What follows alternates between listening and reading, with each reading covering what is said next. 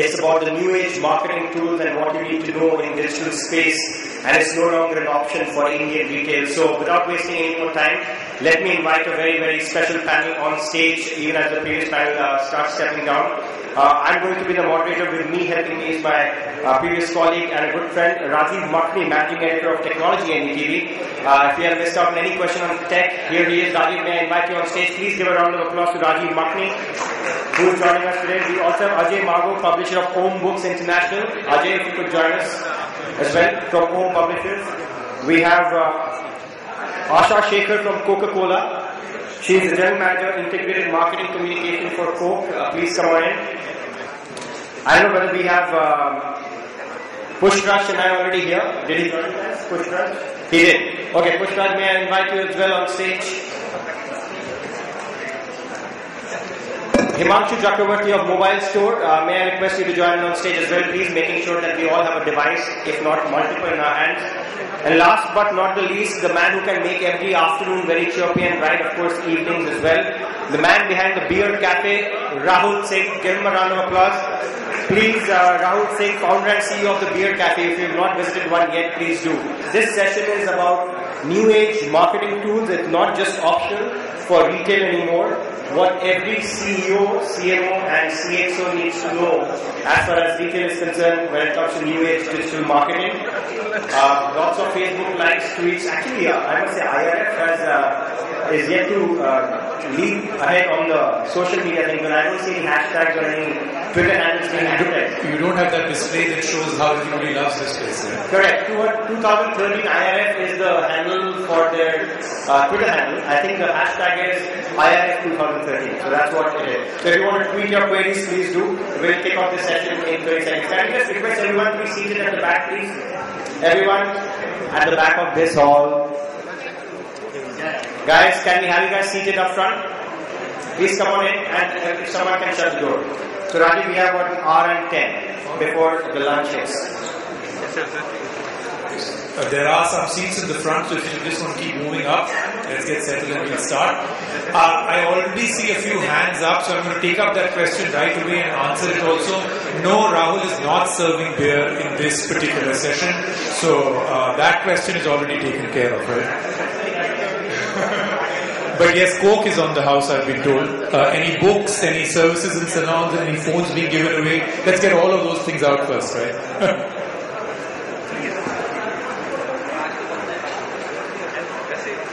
Good to go? Yes? You speak it off. So, thank you everybody for being here. I see a full house. That's always good and very encouraging. What is it that we're really going to discuss today? So first and foremost, I'm going to kick this off by saying that irrespective of whatever business you're in, you're already in the tech business. It doesn't matter what you're selling, it doesn't matter what category you're in. Your primary business today, according to everybody, especially the new age marketing gurus, is you're first in the business of technology and then everything else. Because whether it's back-end, customers, new age marketing tools, or anything that you're doing, you're first very sure that you've got to know your technology well. So I'm going to start off with that. Some of the other questions that I think need to be answered out here is new age marketing tools. Is it for everybody, every product, every category? Can you make it stick to anything? Can you replicate a good formula from one product and category and bring it to the other? Then I think the other part of it is that is it for every age group or is there alienation?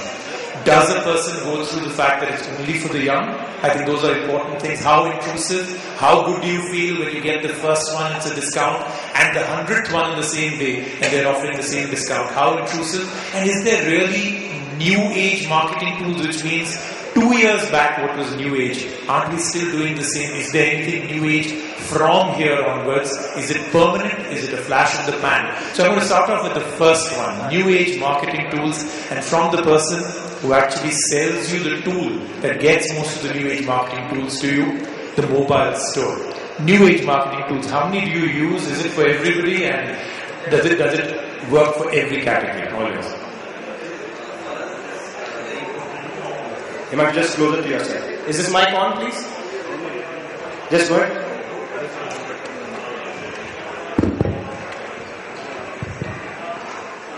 For us, the new age marketing tools, as they call, they're in the area that we're working, technology area, and phones really is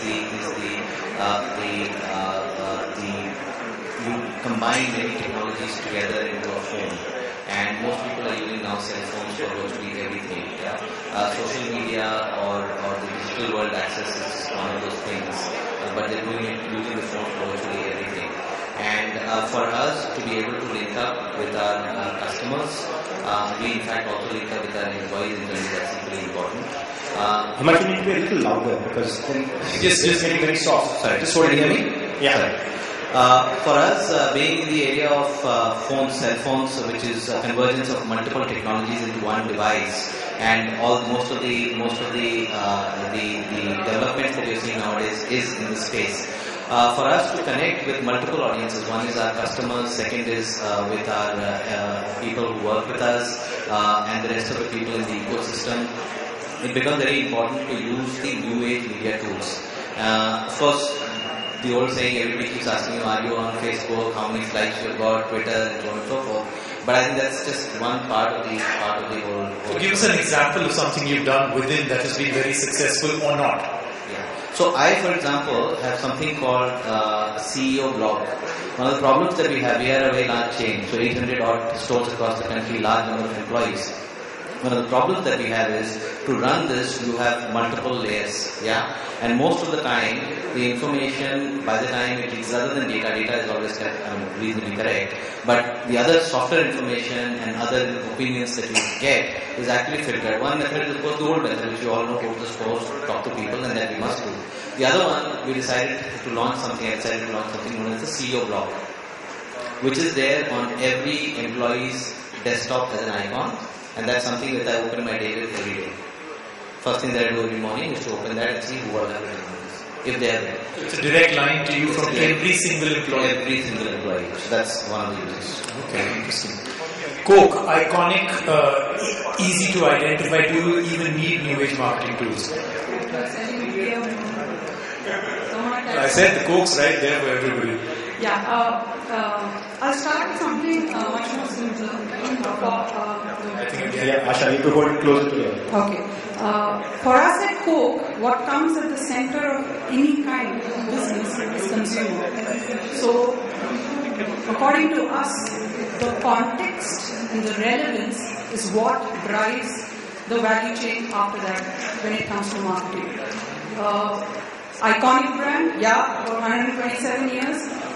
We built the iconic brand on day in and day out of connecting with the consumers relevantly. But you did it with no new age marketing tools. I don't know what they were called 127 years back. Must have been new age for them at that time, right? For sure. But what do you do with it now? We were having a conversation just before we came in, and you said that your platform was not built by you, it was built by fans, right? So your first ever reach out was actually built by fans. But you have the luxury of the fact that it's Coke, people will do it. What have you done afterwards with that? The reason I go back to 127 years is 100 years ago, TV was not the in thing. 100 years ago, print wasn't the in thing. These are mediums which have evolved over a period of time. What you're seeing today is you're a part of evolution. You just got another medium. It's just another dimension with which you can connect with your consumer. I'll give you an example for what you are asking on how do we use it. We've done 3 seasons of Coke Studio, and season 1 we were typical marketers who put the content together and gave it to the consumers to consume the content that we put out there. When we heard closely what is it that they want from us, they wanted participation. They wanted to be a part of Coke Studio. By Coke Studio Season 3, which is the season that's happening now, we've done an offline and an online contest which identified talent with help of our key account partners, Leapfrog, and we've got those people who will be coming and joining the Coke Studio initiative for Season 3. So this is one of the things that has happened because we've been closely listening to what our consumers want to know. And that helps us make better marketing programs. Asha, if I may have a question on that. So Coke Studio is a great example. Again, a new dimension. You're using the medium of music. Whether it's televised or online, it doesn't really matter. But eventually is the top of the mind brand recall the only intent? Because you said eventually the customer is the most critical element. customer participation cannot be mass. It is still limited in numbers when you get them to the Coke Studio in your offline event. So are you saying that whoever is a participant, as long as the top of the mind recall is Coke, we are good enough? Whether it translates into sales or surge in numbers, it is quite irrelevant. So it's not as if it's the mass that gets targeted. When you look at Coke Studio, it's not regular Bollywood music. It's fusion music. The entire philosophy is about people and voices that can come together over a Coke. The niche that we are targeting are the teenagers who love choice, who love alternate music. So what we put out there is not necessarily for everyone. Do people enjoy music? Yes. But do they enjoy it as much as Bollywood, the alternate music? No. But within the segment that we speak about, which are teenagers, they love the music we put out there. In fact, the amount of comments that we receive from them gives us confidence that we are in the right direction with a certain segment. Will we be reaching out to a B and C audience with it? No. And are we comfortable with it? Yes, because that's the power of the medium.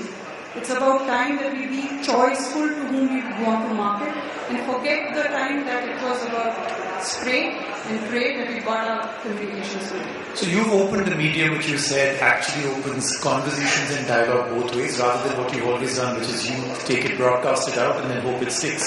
So would you have used new age marketing tools in a better way, and would you have ever done the new Coke now? Or if now people ask for it, would you do a new Coke if, let's say, a huge amount of social community said, we want you to do a brand new one. You did not do well with the new Coke. It's become one of the iconic, not so good things about Coke, right? Would you do a new Coke now? The way I would look at it is, we listen to the consumers completely. We also then do a market and a business reality check. So there's no easy answer for me to give here, but I would say that given the consumer's demand for a certain kind of variant, it will be something that gets tabled within the company and seriously discussed.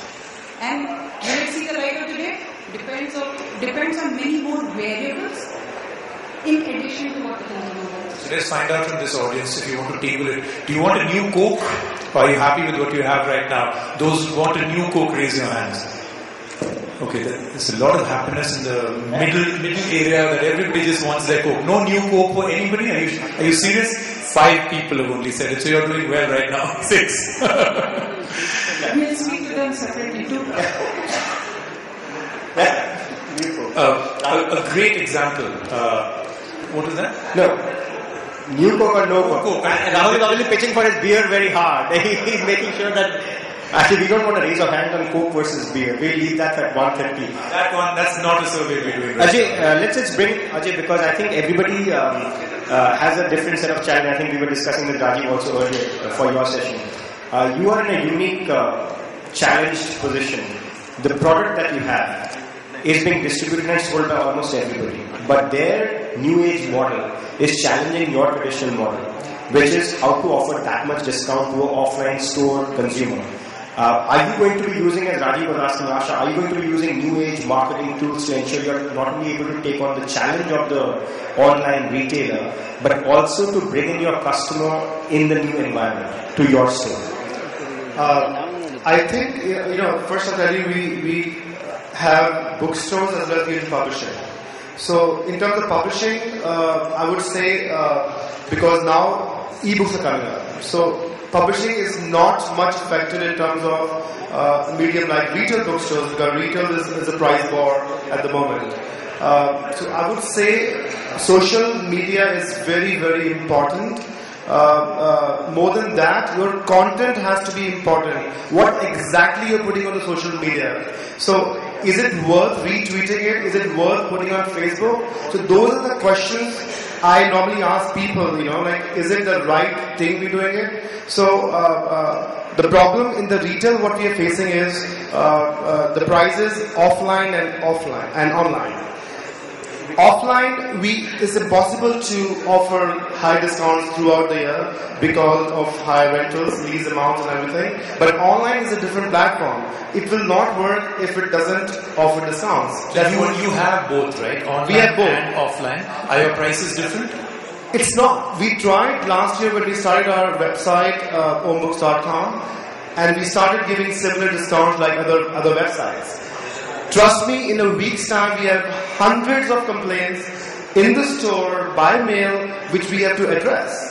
And yet, this is the strange thing, again, it came up right now, is that here is another person who has the same brand, online and offline, retail as well as online, and he has different prices. So it's amazing that he says he's pulled it off and successfully. Could you tell us how you go about the fact that there is a price difference when you buy a mobile at your store versus buying on your online store? And have you had no complaints at all? No, of course there have been complaints, and the issue which is there is when you are playing in the online space, the consumer who is online is essentially willing to wait for that day or 2 days or 3 days for delivery, is willing to forego the pleasure of touch and feel, and therefore hunts for, amongst the relevant set of sellers that he wants to buy from, not from everyone, amongst those he wants to hunt for the lowest possible price. In fact, now you don't even need to open multiple screens. On one screen, you get the price comparison sites virtually for every category. So price discovery is instantaneous in e-commerce, and there's very little hope that you have if you are significantly higher price. 50 rupees, 100 rupees here, there is okay. How do you justify it to a customer? Then comes the question of the person who's buying from the physical brick and mortar. You've got 800 stores across the country. And for us, it's the simple thing, which is, yes, have we had problems? We have had some problems. But from the beginning, we have been very transparent with our people at the stores, and in terms of communicating to the customers, even to our contact center. When they ask for a price, they ask, are you asking for the price at the store or online? You volunteer that information? They ask what? If they ask, so you volunteer it? We volunteer. Do you want to, are you going to the store or are you going to shop online? So if they say online, then we give the online price. If they shop, if they can give you both prices, we give both the prices. And it's quite transparent. You can try that out. Do we have problems? Sometimes we have problems, but I think the transparency that we bring, because in the online space, the competitive set is completely different from what you have in the brick and mortar space. Consumer is the same. Sometimes shops online, sometimes shops in the stores. Consumer then decides, depending on his or her convenience, whether the person wants to go with friends, go to a shop, experience the phones, and maybe pay a little bit higher price than would pay online, where it's boxed. You know the item, you click it, look for the lowest price, and it gets shipped to you, and you're willing to wait for that 3-4 days for the product. But how can Ajay then, how can you counter that? I'll come to the beer and the Lakme concept, but how do you take the best practices of what Himanshu is doing? Because in your case, that kind of transparency might actually piss off the customer and say, you know what, you have your offline model altogether. Exactly. I want to ask you, like, what happens when somebody buys offline and goes back home after a day or two, he sees online is cheaper than 2,000 or 3,000, whatever the money. So how do you solve that problem when the customer comes back to offline or email you or call you or you see your desk or whatever? So we get some of these complaints, and when these complaints come in, the first thing is in terms of explaining that we have two different models, which is the online model and the thing. Some of them say I don't care. Yeah, exactly. It's the same company for me, whether it's offline or online. Some of them say we don't care, I don't care. Yeah, in that case, we don't of course give a this thing. In such cases, at times, our people in the field have this thing, they give a voucher of the differential and you can use it next time. But that's partial because you're giving some people vouchers and some not. Yeah, but the other, if I'm a customer, I'll fight. But the other trick is you charge higher price to everyone. That's Fashion Week. There are Lakme salons and we have got 200 of them. We've been running them since 1980. We have a large color cosmetics business and we have a skincare business. Now, one view at it would tell you that this is really a vague assortment of things. But if you were to put some purpose behind some of these things that are there in the portfolio, they make a lot of sense and they actually add value to each other. Right? So the way we position ourselves is this is a brand which understands professional styling, and that we understand because we've been at Fashion Week, we are at the leading edge of fashion. That expertise we take into our salons, and that expertise with consumers helps us craft better cosmetics and better skincare products, right? So then it's one sequential, logical arrangement of a brand. Given this, it makes sense for us to present this whole picture and be present as Lakme the brand and not as disparate as Lakme salons and Lakme Fashion Week and the color cosmetics and skin business. So that's really the attempt. We present one Lakme brand across. The other convergence that I'm sure all businesses face, but we face it quite a bit, is your employer brand. What employees speak about Lakme, what former employees, what past, your former employees would speak about Lakme, what people who are at Lakme Fashion Week speak about their experience. And today it's really online. So if there is a designer who shows something which is not in line with popular taste,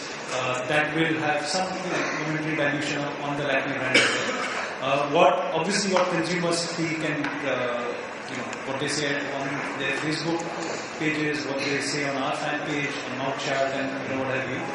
Just what our vendors say. All this actually pulls in together, and given that we have so many different offerings, all this converges together to create what Lakme brand stands for. And therefore, it's extremely important for us to integrate across all platforms, integrate across different positions or different propositions that the Lakme brand has. The good thing is that, yes, we were surrounded by many screens, but at least the way I see it is that it's all going to converge into one screen. Or rather, let me put it this way, it's all going to converge into one device, right? And we don't know what that device will be. It could be in this form, it could be a tablet, it could be, a glass like Google Glass. He's the guy to answer that question. Yeah, and maybe he'll have a 3-year perspective, but we just don't know where it's headed, right? So after some point in time, there might be some device which is extremely wearable, and that's the device with which you interact with the world. And different people will have a different take. So someone will actually lead a second life in that world, and there will be others who will be telling you minute by minute what they do, right? So, on Facebook, there are people who tell you what they had for lunch, and there are others who portray a completely different picture of who they are. They're very different. Actually, we should pose this question to Rajiv. Rajiv, you're the best judge. You get so much tech devices on a daily basis, and sometimes we are envious, sometimes we're like, thank God he's there where he is, because he has to deal with so many. The future of technology will eventually play a huge role in the way these people are trying to market their product. I think, and I'm assuming everybody here is in the retail space and is a part of the digital world. In your assessment, is it that everybody is a part of this race, knowing eventually that there will be one converged platform, or we should give up that hope and continue to play this content game or the marketing game, irrespective of where the future of technology lies today? Interesting question, something that comes up all the time, but you've got to do a medium and a long term. In the medium, this is pretty much what is going to be happening. The converged device, the single device, the merger of all into one is nowhere on the horizon. It's just not going to happen. You're a long way away from it. Technologies which are showcased today and those that will actually make all that happen. For instance, people get really excited about something like foldable screens, flexible screens. Oh, we'll have a phone which will be for 4 inches. You unwrap it and uncurl it, it will become a 16-inch tablet, and uncurl it further, it's a 42-inch plasma display. What you forget is, it's not just the screen that needs to be folded, it's the battery inside, the electronics further inside, all the materials around it. So, one component isn't going to be the holy grail. A lot has to happen. You spoke about Google Glass. Believe me, you're not going to be very happy when you have somebody who walks into your salon wearing Google Glass. One, it makes you look really not very, very cool eventually. And the second is the kind of things that they'll be able to take away from you with the no knowledge that they actually have, not just photographs but so much more, is eventually going to be something where at this present moment there are more than 100 organizations that have banned it. Even when nobody really owns it, very few people own it. Like you have a board outside that says these things not allowed, you have Google Glass not allowed inside, and it's going to happen more and more and more. Think movie screens, theatres, opera, all these places are going to become a problem. So while there is a lot in the future that will happen, it's not going to happen now. These are the tools that will continue. You've got to reach out to different mediums for quite a long time. I'm going to just throw a quick one-sentence answer kind of question.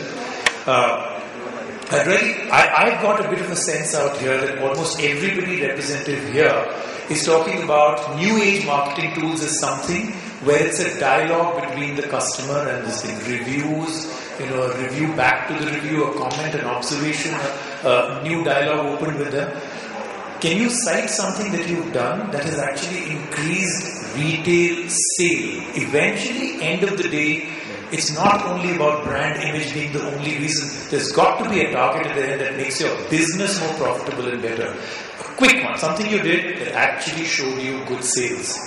So one of the things that we really do, every thing that we do on social media has an inward link back to our website, and in fact we track it. I have exact numbers, we can make exact numbers we track, and we also track the conversions out of that.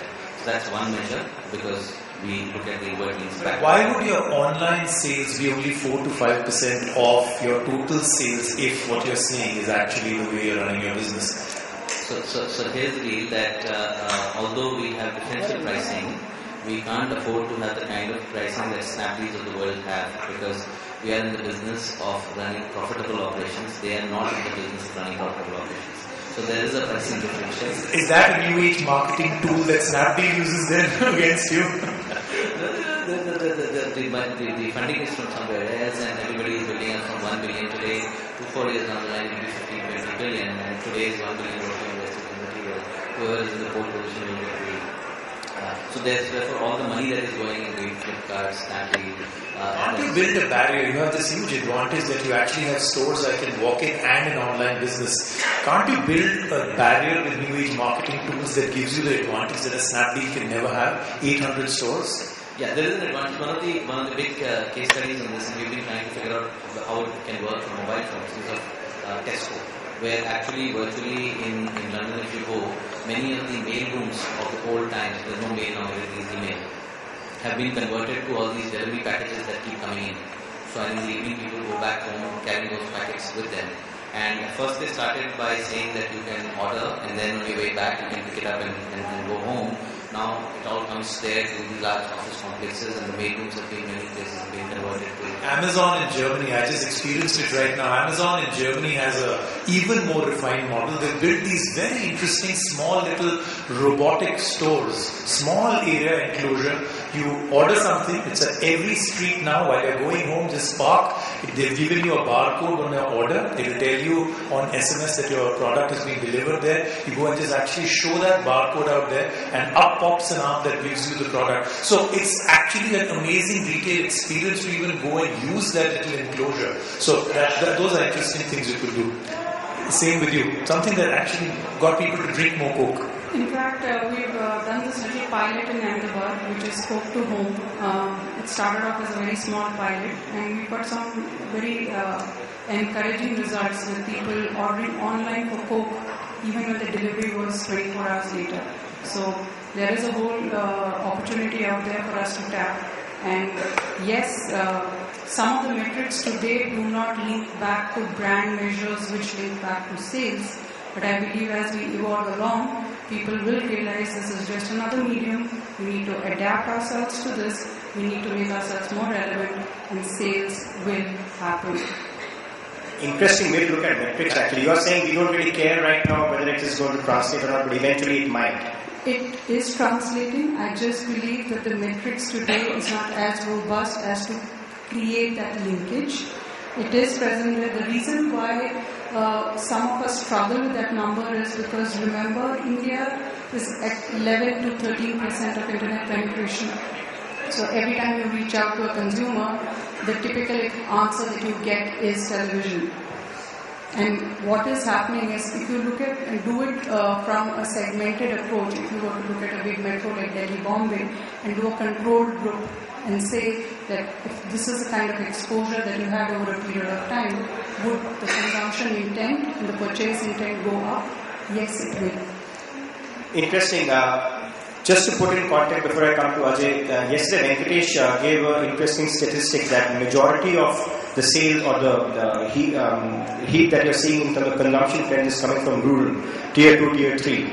Is it fair to say that your online marketing spend is in proportion to where the markets are coming in right now, or is it still biased towards the offline space? How are you looking at that split of this average spend that you're doing on per product? Yes, I'd like to build on what Kini said yesterday. The growth is coming from tier 2, tier 3 and rural, but these are also the markets where internet penetration is going double digit. And when we talk about internet and digital, it also includes mobile. Most of people's first internet experience is coming from the mobile. And it's a misnomer to believe that people in the tier 2, tier 3 or the rural areas do not have access to what is being accessed. I completely agree. Tablet sales in tier 2 and 3 are higher than if you put it together in urban cities. And that's a very interesting number for people to really see why it's happening. Including the books.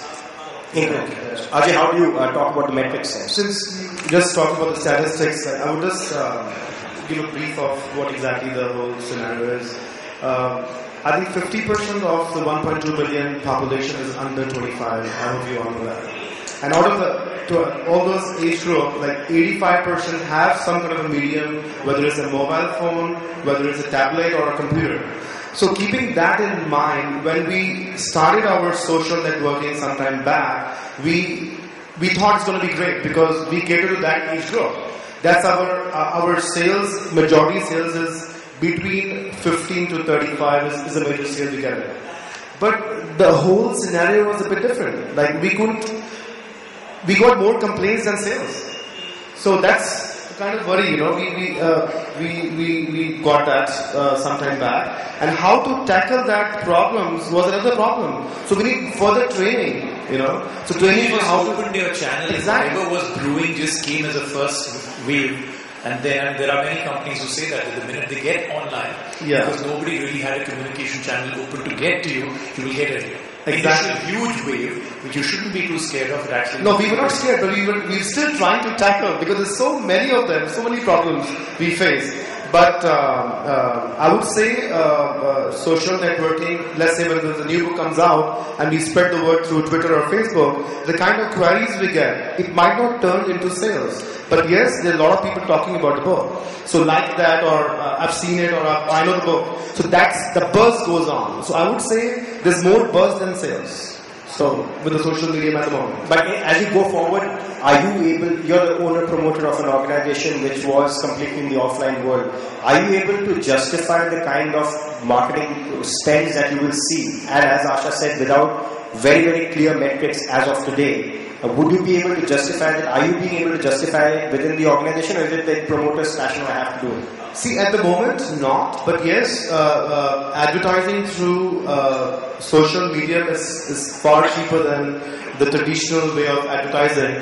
Earlier, you used to plan your advertisements months in advance. Now you can do it in 4 hours or rather in 20 minutes. So keeping that in mind, I think the expense goes down. So awareness goes high because you're reaching the world, not just this particular centric zone where you used to advertise it. So the whole world is talking about the book. So for a product like me, I think for me, this is the future. Because I can reach the entire world audience at one go if I put the right money at the right place. One thing that I get a little confused about is that there seems to be a sense of doom and gloom always around the book and the publishing industry. Yet, the numbers that worldwide that e-book sales are showing seem to be on a pattern that is incredible. Why is one not nullifying the other? See, accessibility. So I would say e-books, let's keep India aside because e-book in this country is still not mature. But on the whole, like I would say, it's much more accessible. Like if I'm sitting on a beach, I can download my e-book. So shouldn't you be happy? Why is there? Oh, as a publisher, I am happy. You are. But as a bookstore, I'm not because it's killing my sale offline. Yeah. I used to run that Landmark, which is a book retail chain, for many years. The issue is not in terms of the consumption of the content. Content consumption is going up, but lots of categories are virtually disappearing in the monetizable format. So I'll give you an example. When I need to access anything now in terms of any meaning of any word, it's dictionary.com, for example. Yeah. Dictionaries which used to sell in huge numbers have just disappeared. Maps, we used to have racks and racks of maps, completely vanished. Yeah, Oxford closed down the dictionaries, a lot of dictionaries. I'm sure encyclopedias. Category after category of reference books. So what we tend to discuss is actually large travel, for example. Travel used to be a huge segment. Yeah. What we tend to confuse with books is just fiction. Fiction, yeah, of course we can monetize. But a whole lot of other reference categories have just virtually disappeared in the monetizable format, either in the EPUB or the ebook format, or in terms of the physical world. It's just freely available to download. Yeah, but Rajiv, the worry we have as a publisher as well, because seeing the system in the US, now the authors don't need publishers. They go straight to Amazon as ebooks. So the publishers, as a publisher, have a worry in the next 10 years as well. Like what will happen eventually? Authors will go to various websites, put their books online because there's no investment. It's just an e-file and that's it. So I don't know how we're going to handle that situation today. It's interesting that you say that because again, as Rajiv said, it's about does online digital marketing tool apply to every category, every product. Within a product, travel category is dying down, dictionary word search is dying down. So monetizing as a factor. Pushkar, in your business, very critical that you talked about internal employee association as well through the online sales. In your business, you do not see any threat to the product category as such. In fact, online sales can only enhance or consolidate that product positioning. Do you ensure that internal employees as well have that leap of faith or migration into the online space in order to enhance that product consolidation? So one, I don't handle the product category. I'm responsible for the salons and the services business. But we do have a significant retail component within our chain as well. So yes, there is a very conscious attempt to make sure that our employees are aligned to it, and there is a lot of training as well as very regular cascades to drive that behavior. To answer your question on what are the tools that we have employed and they're generating good returns, we have moved from I would say a pretty vanilla type of a loyalty program to now a tiered, very intelligent, analytically driven program. And it's just been about 3-4 months, but the early signs are extremely positive. The impact on both frequency as well as the average bill values is extremely healthy. So we're quite surprised by the performance of that one. We also do a lot of work on the social media, and that I had mentioned earlier. We do it across the Lakme brand, and our conversions on leads generated there. And we do a few activities. We do consultation with experts, online consultation, and that has an impact on both the expertise credentials of the Lakme brand as well as immediate business. Both we're reasonably happy with the latter as well. They're not large numbers, but in terms of percentage conversions, they're extremely high. And it's a good start to, once it builds up, it's obviously going to help. That's right. So, not everybody goes in and gets a consultation online, but I'm sure for everyone who actually gets it, there are 1,000 who are aware of it, and the expertise creds of the brand certainly get dialed up. I just want to, by raise of hand, just kind of get a sense of if everybody is in the retail space here and everybody is at IRF, how many of you are not on any social media platform? How many of you are not on any social media platform? Because the other question would have raised every hand. So everybody is on some social media platform. It's a good sign actually. It's a good sign. The second question, is your company or product on the social media platform? Say yes or no. Yes by raise of hand. Is your product or company on a social media platform, digital platform? Still not everybody. So we still have a bit of a way to go, right? That's a good sign. This is where I have a question for you.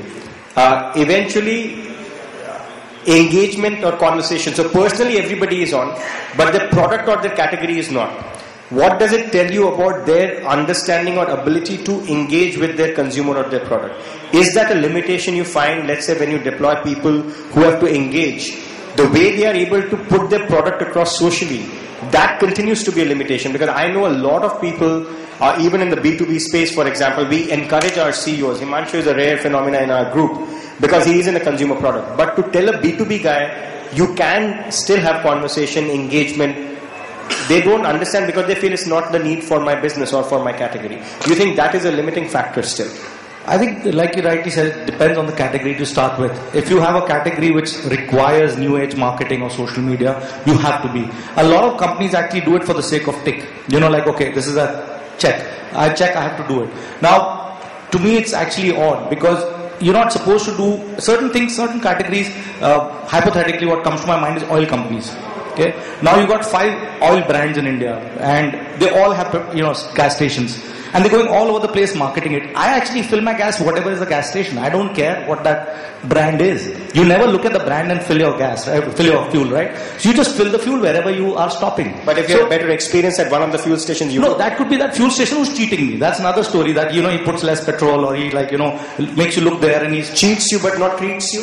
What if they treat you as well? Yeah, certain people do treat you well, where they'll just come and wipe your windshield. So you will still not remember that company. I have never ever. That could be me, but I've never remembered. But Rahul, by that company. very admission, you think there could be one using the right tools that gets you to come to them for a reason. I think you are actually proving the point that they're not doing a good job. The big difference between the two is, for instance, all those that did not raise their hands, the first answer is, I don't really have much to say about my brand. But that's the very question we are asking. Is there any product in the world, if done right, that would not get that advantage? So it's about how you're spending that money and how relevant you are. Now, if you've got a cricketer selling an oil company, to me that's actually funny.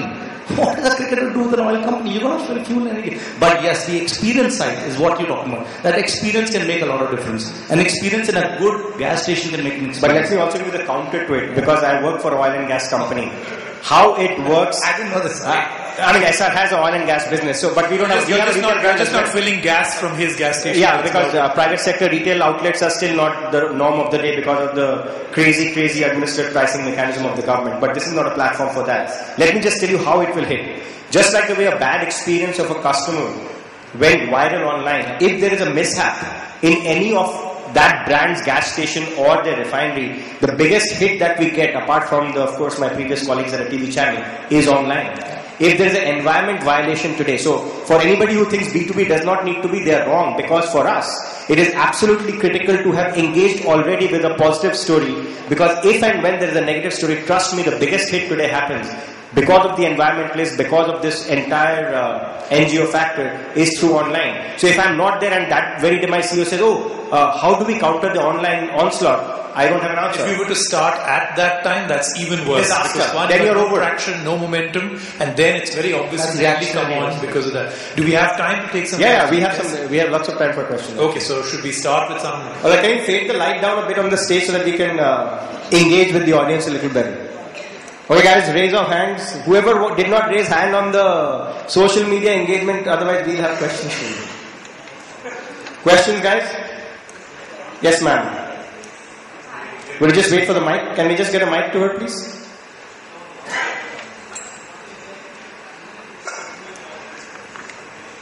Or you can take this if you want to come ahead.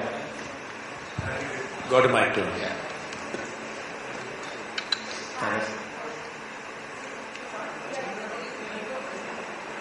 Is the mic on? Or you can take one of these. Come.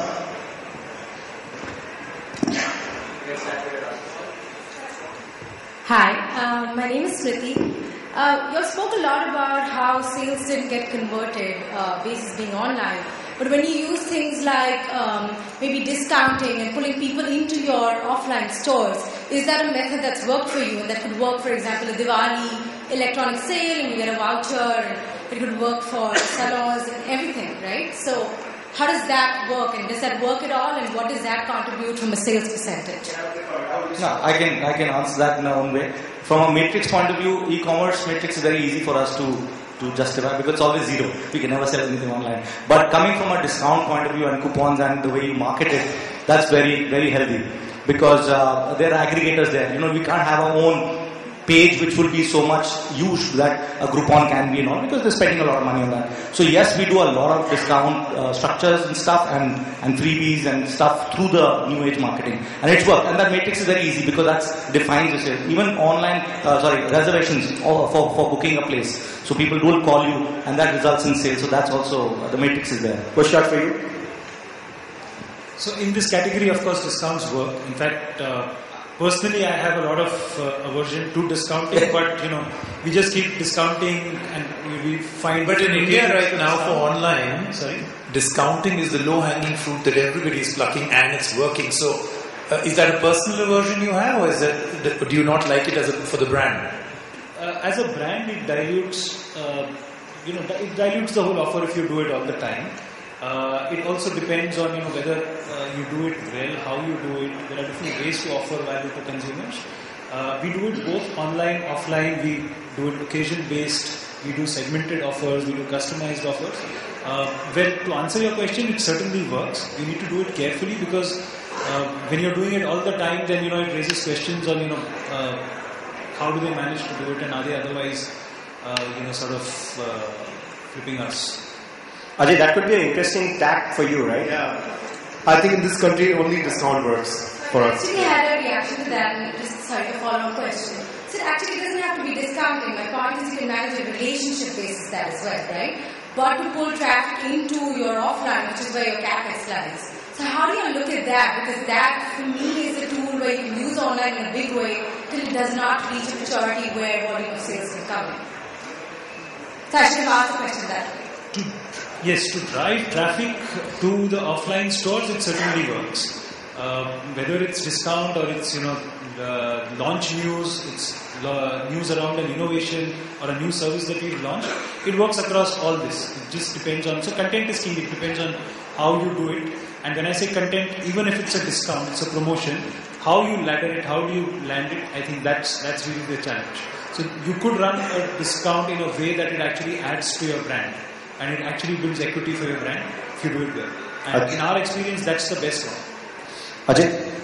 Yeah, in our trade, I said discounts only works. You need to offer discounts throughout the year. So how we do it is we have summer sale, winter sale, Diwali sale, this sale, that sale. So we see our jump in sales in that month or in that week.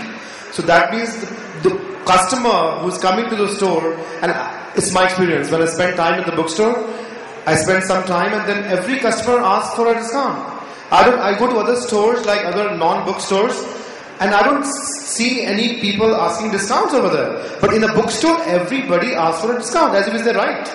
So how to handle that? We started our sales. It isn't the right. It's not the right. Yeah. So, but I have to say though that you're absolutely right. Any brick and mortar store, bookstore, you will always see a almost permanent board outside which usually has a 30 or a 40%, and then that's the big in block letters, and you go in and it says off the third book. That's the little fine print at the bottom, so that usually hurts. yes. So yes, But it works. It works. So buy 3 get the 4th free. Asha, what's your reaction on that? The kind of online engagement to bring it. How many times have you sold Coke for a discount? Many times. Where though? I would like to know where. I absolutely have never bought a Coke at a lower price. Why? The meal combos that you buy, it's a kind of a discount. That's because I bought something else. Just Coke on its own.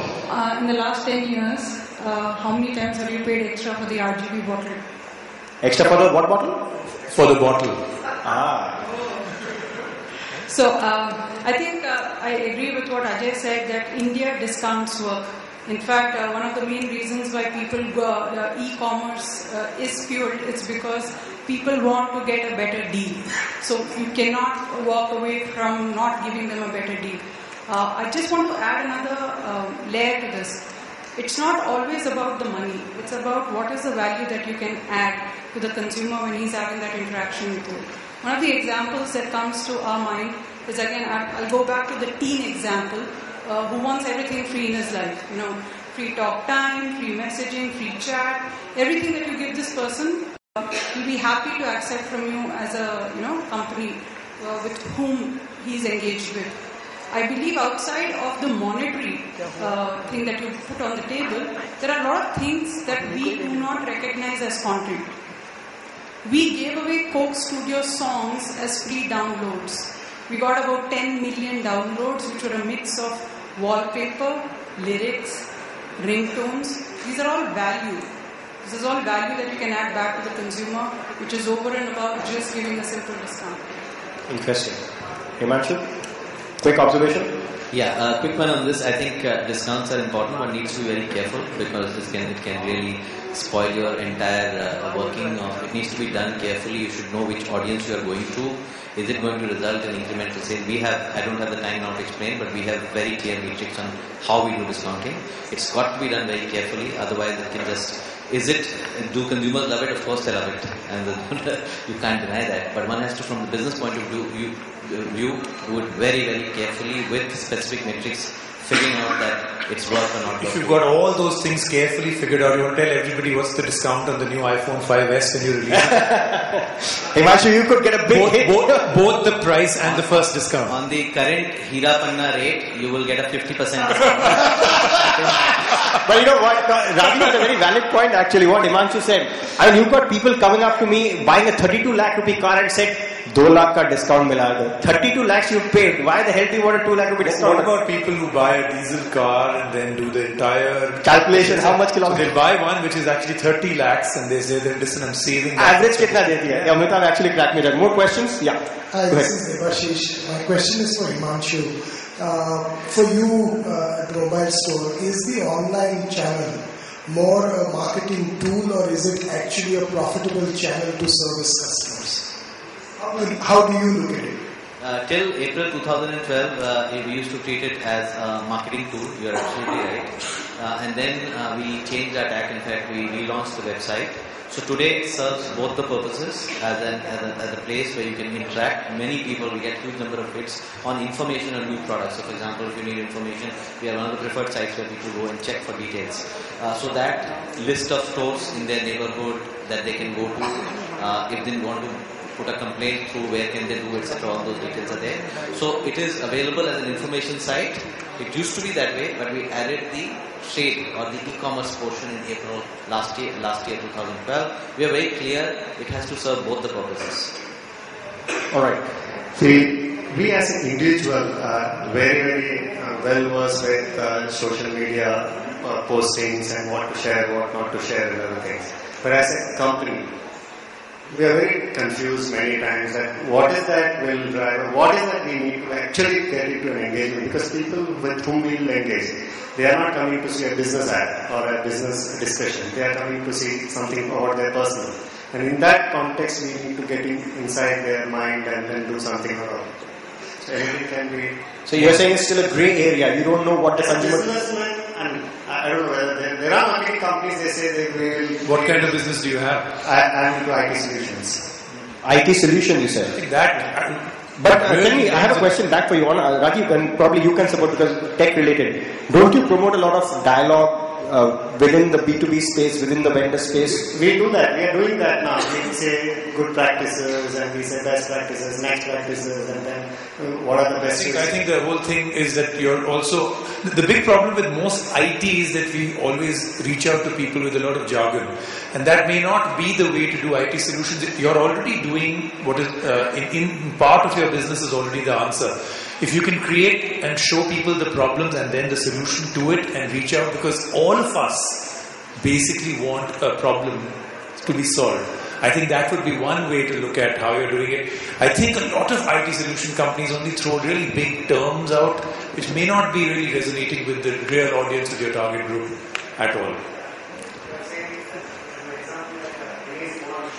No, so, I mean, anything, all the things that you think you're really fantastic at, and those are going to be your eventual customers. If you talk about problem to solution, case studies, things that you did for a company, actual referral from a company that said that you did almost save them from, a serious issue, those would be the things that you need to get amplified out. Okay. It's a frequency of communication, you say. See, again, you have a very classic example of a B2B company trying to figure out whether you need to be consumer facing or not. In technically consumer being your B2B vendor. The question is frequency, the kind of communication, the kind of engagement that Rajiv is talking about will eventually be driven by whether it's driving in business for you or not, because that metric is very clear for you. Are you getting queries and stuff like that or not? If you want to build a brand, I think you have to play with the grey a bit more. You cannot have a black or white answer. The classic dilemma of a B2B brand, according to me, continues to be till date, what am I getting out of it? Eventually you have to play, as Asha said, right now you have to play the game of saying, I don't know what I'm going to get out of it. But let me at least begin. This whole, I'm sure you were one of those who did not raise your hand. Or you did, so you are present in that space. But you need to experiment a bit more. I don't think, is there again, that was my last ending question, but we still have time. Asha, maybe you can answer. The rules are still not written in the space of marketing in the digital world. Is that correct? They never were written.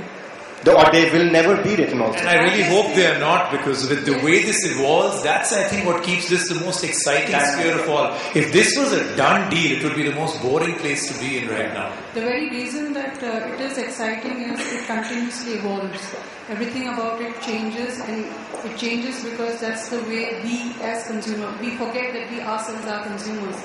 We are exhibiting the behavior that we are trying to grapple with when we come out to our jobs in the morning. I believe that it is something that you'll have to learn. It's something that is evolving. And I also believe when you see the newer generations who come into it, the way they interact with brands, the way they interact with companies, are going to be very different from the way we used to. And that I keep saying this over and over again, that this is an evolution process in which you've got one more way. I could initially talk to you one-on-one. Then there was a time that I could pick up a landline and call you up. Then there was a time when I could be on the move and still talk to you. Today, I don't need to talk to you, I can text you. I can leave you a message. Or send a 6-second Vine video. Yep. So there are multiple ways that I can stay connected with you.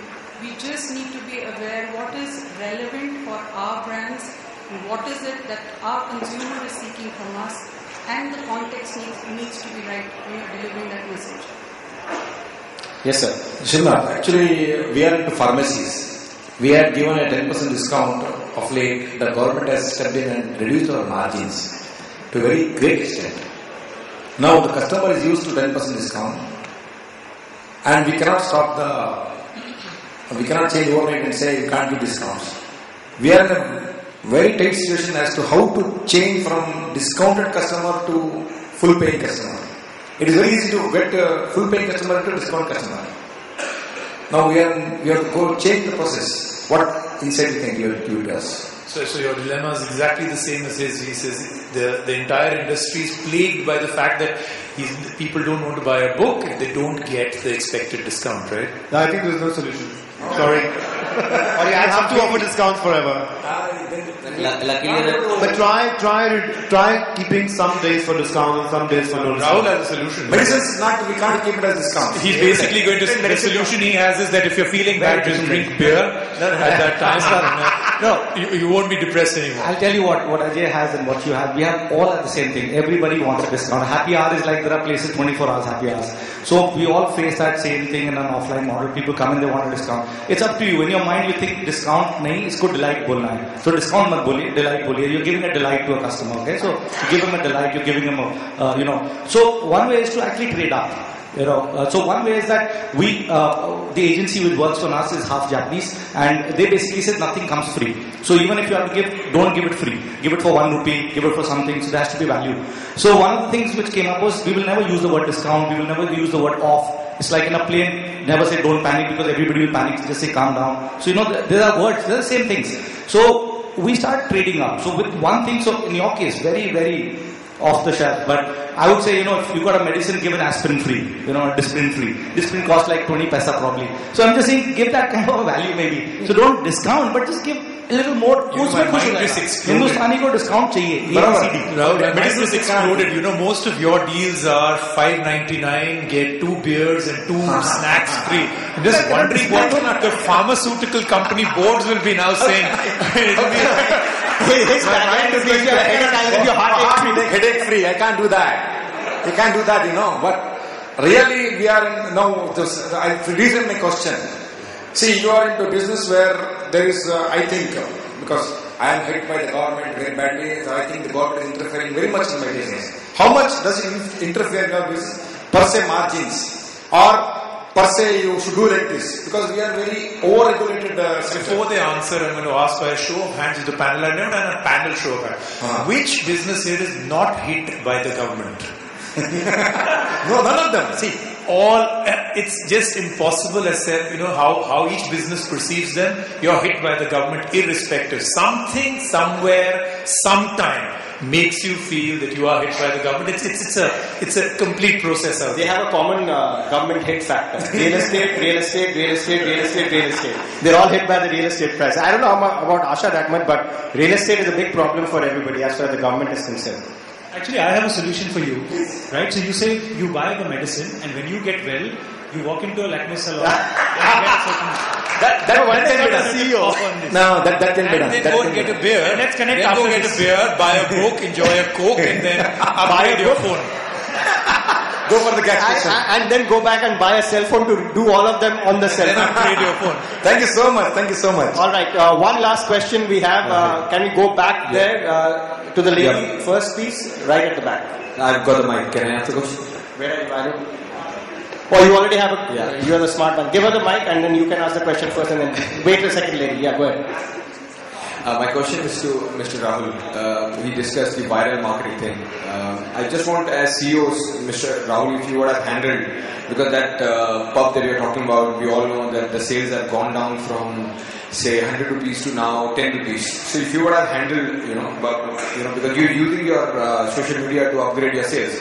Now, what if you would have handled, to safeguard the sales to that level, or somewhere come up back into the business, and maybe after you all CEOs can answer how they would have handled that situation? Look, handling the situation is very important. If there is a situation, you have to handle it. And usually you should be proactive, but in this case, you'll have to be more reactive. You can't define whether your sales will improve or decline, but that situation existed at that stage. I think the owner of that place or the promoter of that place or person who's running it should have actually handled it in a way that gone onto the same social media and be candid about what's happening. Even if they've made a mistake, you have to be candid about it. The amount of mistakes that we make, we're all humans and we always are candid about it. You have to be candid because people will judge you in both ways. There'll always be two sides. Some people will hate you and some people like you. But you have to be candid. So one way would have done it because that promoter shut himself off. Completely there was no news. Never do that. At the end of the day, there is a situation, you have to face it and you just go and transparently say, now will that increase your sales? That's a long story. Increasing of sales is definitely not directly linked with the situation that happened. That's a process. It will happen. You have to be just candid. The only way we do this is be candid. Just be true to it. It's as simple as that. Just be true. And just in this case, this incident, I think what happened was one, they shut up. And second, I think they eventually, first reaction was to be offensive or rather go on the offensive.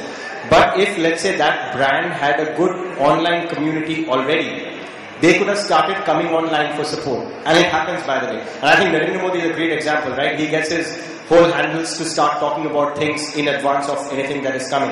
I think that would have helped. But in this case, the brand not only shut down, they started attacking the other side. It could also have been something that could have become an advantage eventually, because if they had tackled the problem, gone down to the people who actually had that issue, created the thing that they solved the problem, it could have been the greatest billboard they'd ever put. They could have actually pushed up sales. So the amplification that online can give you can be used. Of course, it's a two-edged sword for sure, but it can be used both ways. Okay, one last question from the lady. If I may add to that, however, when you are in Gurgaon, when something like this happens, you run.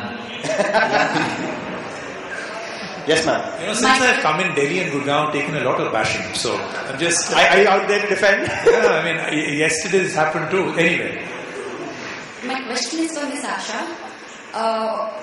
In the prior conversation that we were having, you said that, if you do a target marketing for a specific group, you have more sales. I have been following Coke activations, especially the BTL activations that you all do in the other countries. They are fantabulous, but I don't see anything as such happening in India. Why so?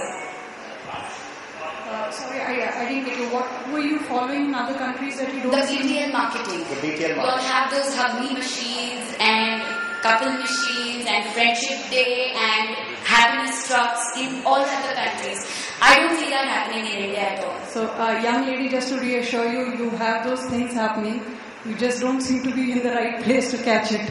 We have our happiness trucks, which take forward the same concept, which is where does happiness strike next.